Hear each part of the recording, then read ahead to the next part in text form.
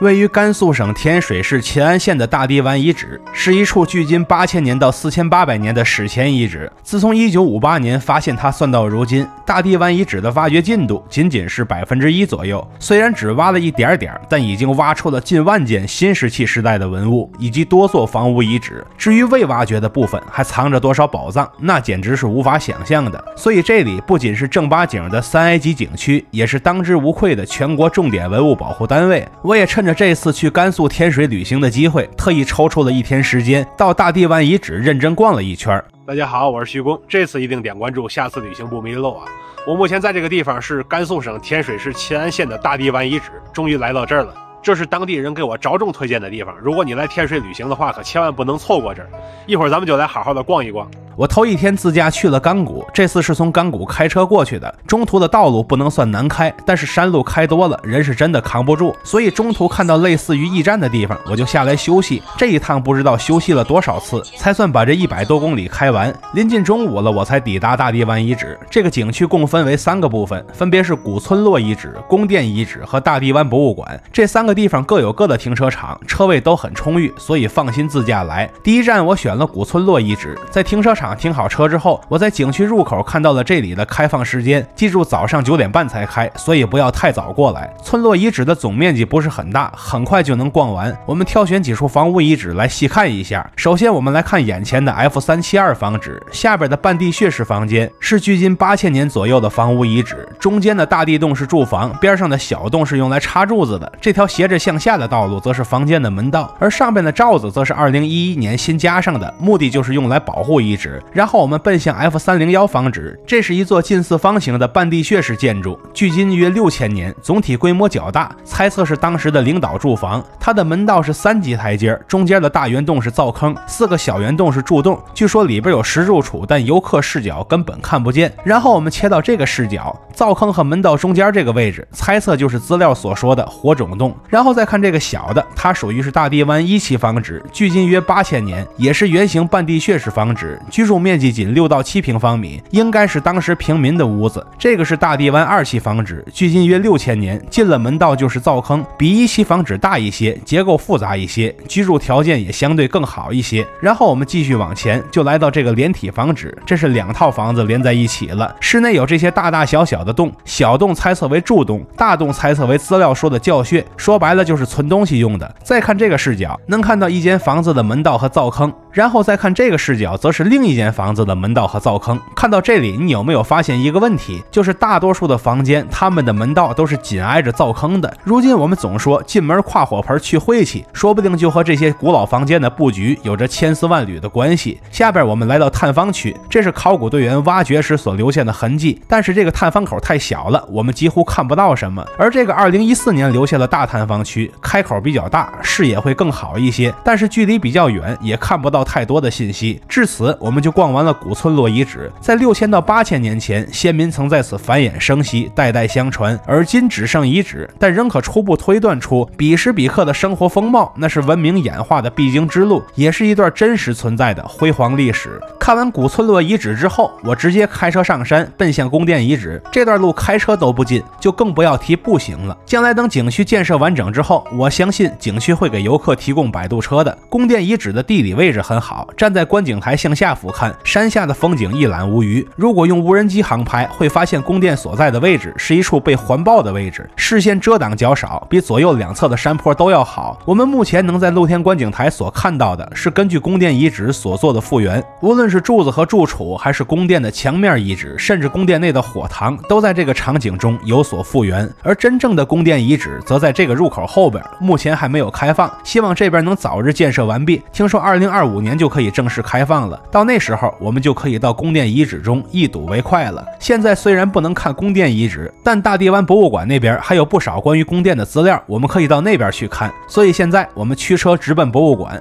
大地湾博物馆的停车场比前2处的停车位平整得多，富裕的车位也不少。博物馆门前就摆着人头形器口彩陶瓶的模型，它也是当之无愧的顶流。营业时间和前面的村落遗址区一样，千万别来太早扑了空。目前的博物馆布局图也了解一下，明年不知道会不会扩大一些。博物馆周边环境非常宜人，一看就非常原生态，在门口登个记就可以走进去参观了。博物馆里有工作人员可以提供免费讲解，各位可以趁着免费抓紧去这边体验一波。后边的知识基本都来源于工作人员的解说，让我们感谢这位老师的辛勤付出。看展之前，先简单介绍一下大地湾博物馆的挖掘历史。它是在1958年被发现，历经多年的挖掘之后，这里出土了6项中国之最，分别是最早的农作物标本、最早的彩陶、最早的文字雏形、最早的宫殿式建筑、最早的混凝土地面和最早的绘画。目前部分说法尚有争议，那我们就以馆内资料为基准，将这些一一看过来。刚才在宫殿遗址区没能看到真正的宫殿遗址，只好先在博物馆看看资料。这边对当初的宫殿遗址也进行了初步的复原，但这个盖得太严实了，我们看不到内部结构，只好全面结合当初的老照片来看。为什么说它是宫殿式建筑？因为这座建筑属于是最早的9开间结构。我们来看这张图，蓝色的线是对当初柱子位置的复原，而红色数字则是当初的1开间到9开间。经常看我古建系列视频的老粉都知道，这就是我们常说的面阔9间。这座宫殿遗址距今已有5000年历史，比二里头遗址早了1000到1500年。刚才所说的最早宫殿遗址指的就是它。可惜大地湾的名气比起二里头差得太远了，多数游客也是只知小祖宗，不知大地湾。希望这个视频能被传播给更多的人，从而扭转这个局面。看完宫殿区，我们再从头观看大地湾文明的历史。那个时候的气候和现在完全不一样。专家在发掘出的植物标本中发现，此处曾多有铁木和狐狸，这些是多见于热带、亚热带地区的植物。而动物化石那边就更加丰富了，我们能看到的包括苏门溪、苏门羚和大象的化石，这些也是多见于湿润炎热地区的动物。可见大地湾时代的气候要比我们现在更加湿热温暖。既然有丰富的生物资源，当然不能浪费，所以先民们便开始蓄养动物。我们熟知的马、牛、猪、狗都是从那个时代开始驯养的。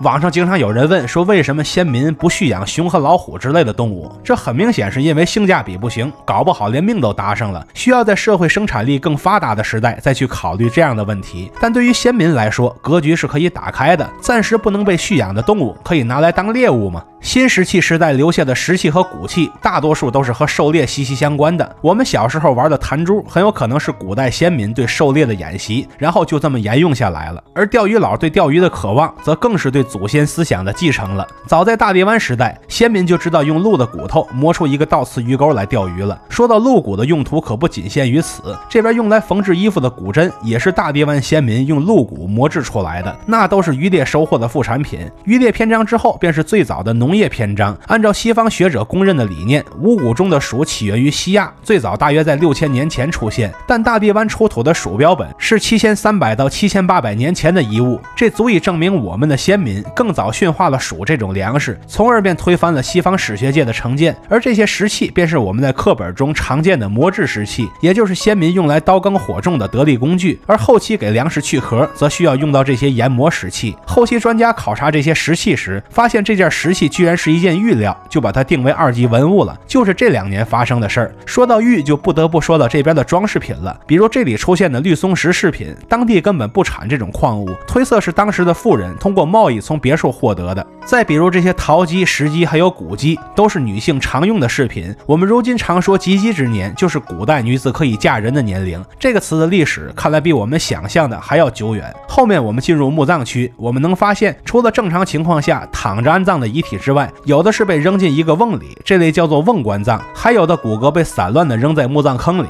最特殊的是，这个墓葬坑看起来好像是正常躺着，但姿势非常扭曲，感觉像是被活埋了一样，但周边仍有陪葬品，推测是墓主生前的地位比较高，但触犯了部族中的法律，最后被处刑了，最终形成了我们如今看到的样子。之后的重点区域则是彩陶，这类藏品在大地湾博物馆中几乎占了1半的面积，前后按照文化层共分为5期。看彩陶前，我们先看烧陶的灶，这个坑是用来点火的，然后火通过这3个小洞一路蔓延到上边的陶器区，历经3到4天的焖烧，彩陶器便就此做成。下面我们从大地湾1期文化开始观看大地湾的陶器。先看这个宽带纹3足彩陶钵，为什么是3足？因为3足的结构非常稳定，三足鼎立这个词儿也是这么延续下来的。不远处的这些彩绘符号陶片上，又隐约有一些又像符号又像文字的痕迹，这些文字的年代较早，且和仰韶文化、半坡文化的文字有着千丝万缕的联系，所以这些也被认定为中国最早的文字。大地湾2期文化中，